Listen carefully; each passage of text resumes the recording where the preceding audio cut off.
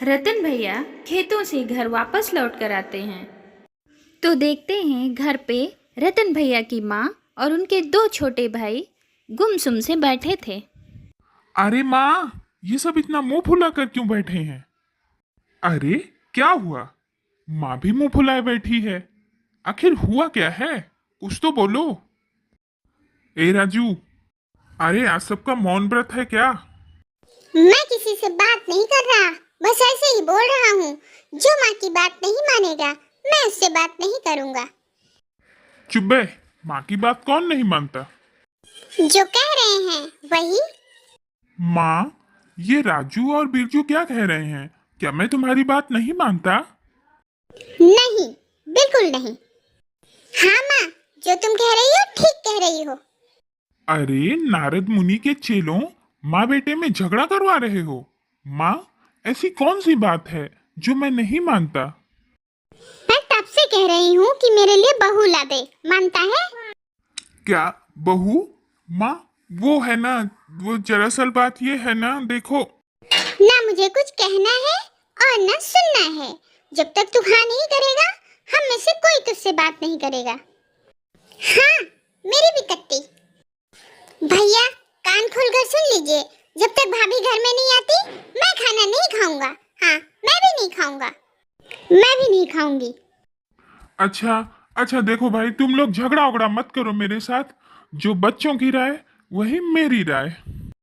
इस तरह रतन भैया की माँ और दोनों छोटे भाई बिरजू और राजू रतन भैया को शादी करने के लिए मजबूर कर देते हैं और वह तैयार हो जाते हैं।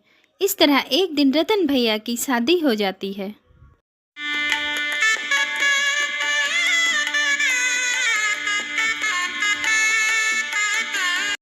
वाह लक्ष्मी भाभी, आपने अपने घर के माहौल को कैसे संभाल रखा है। यहाँ का प्रेम भाव देखकर तो कोई नहीं कह सकता कि आप रतन की सौतेली माँ हैं। कैसी बातें कर रही हो चंपा? मैं सिर्फ शंकर की माँ हूँ। माँ और माँ न सगी होती है और न सौतेली होती है। सगी और सौतेली के घटिया भेदभाव से माँ बहुत ऊपर है।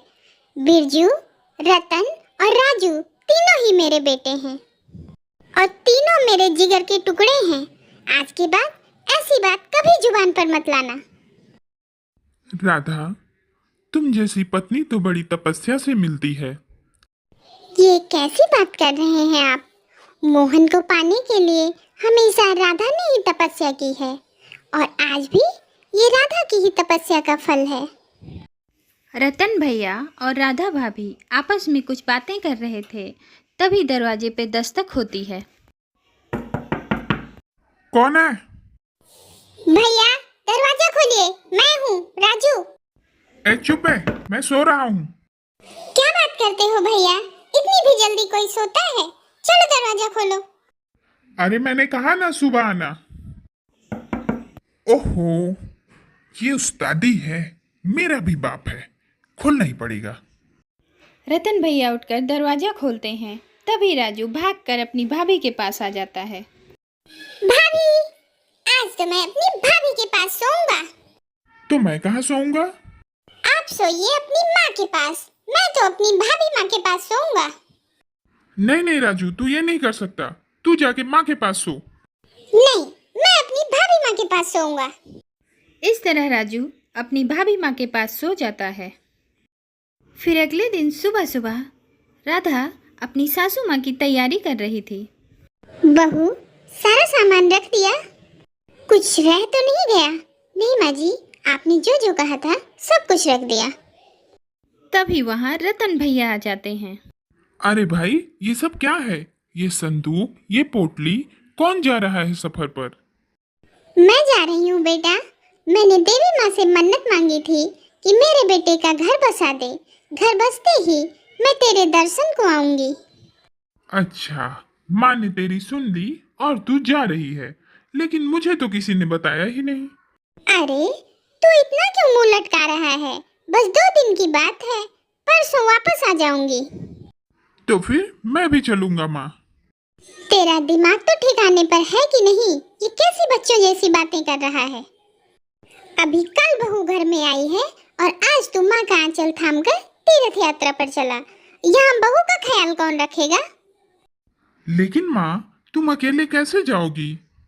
अरे बाबा, मैं अकेली कहाँ जा रही हूँ? पूरी बस तो अपने कस्बे के लोगों से ही भरी है। लेकिन माँ। लेकिन वेकिन कुछ नहीं। शुभ काम में आनाकानी मत कर। अब चल चल, मुझे बस अड्डे छोड़कर आ। अच्छा बहू, जीती रहो। घर का ख्याल रखना, हाँ, और अपना भी। चल चल चल। इतना कहकर रतन की माँ तीर्थ यात्रा के लिए निकल जाती हैं। रतन अपनी माँ को बस में बैठाने गया था। अपना ख्याल रखना माँ। हाँ हाँ बेटा, तू मेरी चिंता मत कर। ये सब अपने कस्बे के ही लोग हैं। तू बहू का ख्याल रखना, और हाँ, उस शैतान बीजू को देखना, कहीं बहू को तंग ना करे। हाँ हाँ, बिल्कुल रखूंगा माँ, लेकिन तुम वक्त पर खाना खा लेना। हाँ हाँ बेटा, मैं खा लूंगी। आप चिंता मत करो रतन भैया, हम है ना, हम इनका ख्याल रखेंगे। हाँ हाँ गीता के बाबू, ये रास्ते भर मुझे दूध पीती बच्ची की तरह समझाता आया है। कल तक मैं इसे समझाती थी और आज ये मुझे समझाने लगा। इसके बाद बस तीर्थ यात्रा के लिए निकल जाती है। रतन भैया खेतों पर काम कर रहे थे, तभी उनकी पत्नी राधा भाभी उनके लिए खाना पानी लेकर आती हैं। तभी कोई भागा भागा आता है और रतन भैया को एक बुरी खबर सुनाता है। रतन भैया, अरे ओ रतन भैया, रतन भैया। अरे क्या हुआ रामू? अरे रतन भैया, यात्रियों से भरी हुई बस खाई में गिर गई। क्या? ये क्या कह रहे हो? रतन की माँ को काफी चोट आई थी और वो अस्पताल में भर्ती थी। सब उनके पास पहुंच जाते हैं। तुम सबको देखने के लिए ही हमारी सांसें अटकी हुई थी। ऐसा मत कहिए माँ जी।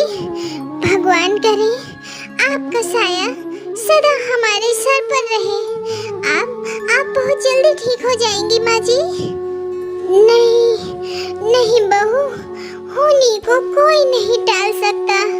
मुझे मेरा अंत दिखाई दे रहा है। नहीं माँ नहीं, ऐसा मत बोल माँ, ये रतन मर जाएगा तेरे बगैर। ऐसी बातें मत बोलो माँ। नहीं नहीं बेटा रतन, तू तो मेरा बहादुर बेटा है ना। राजू, बिरजू, हाँ माँ, ये तेरे भैया भाभी है ना। तुम इनका सदा कहना मानना। मत रो बच्चों।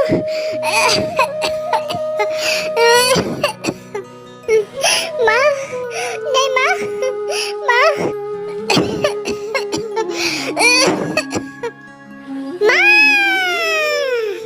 इस तरह रतन की माँ की सांसें हमेशा के लिए रुक जाती हैं और वह इस दुनिया को छोड़कर हमेशा हमेशा के लिए परलोक सिधार जाती हैं। अब राजू और बिरजू की पूरी जिम्मेदारी रतन भैया और राधा भाभी के ऊपर आ गई थी।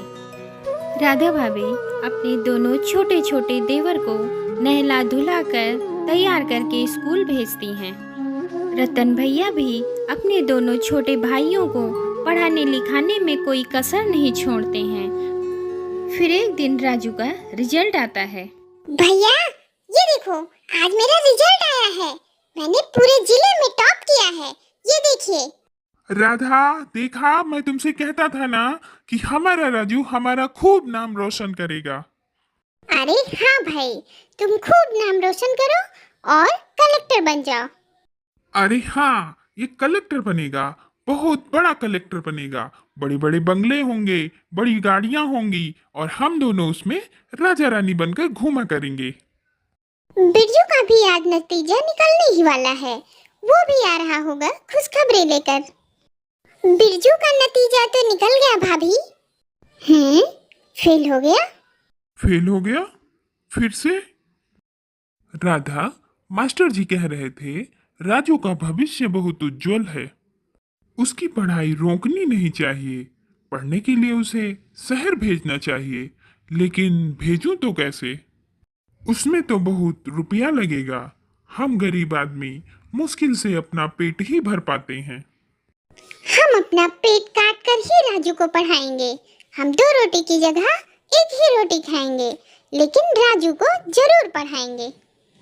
अरे, तुम 1 रोटी की बात कर रही हो? राजू की पढ़ाई के लिए मैं जिंदगी भर भूखा रह सकता हूँ, सिर्फ पानी पीकर गुजारा कर सकता हूँ।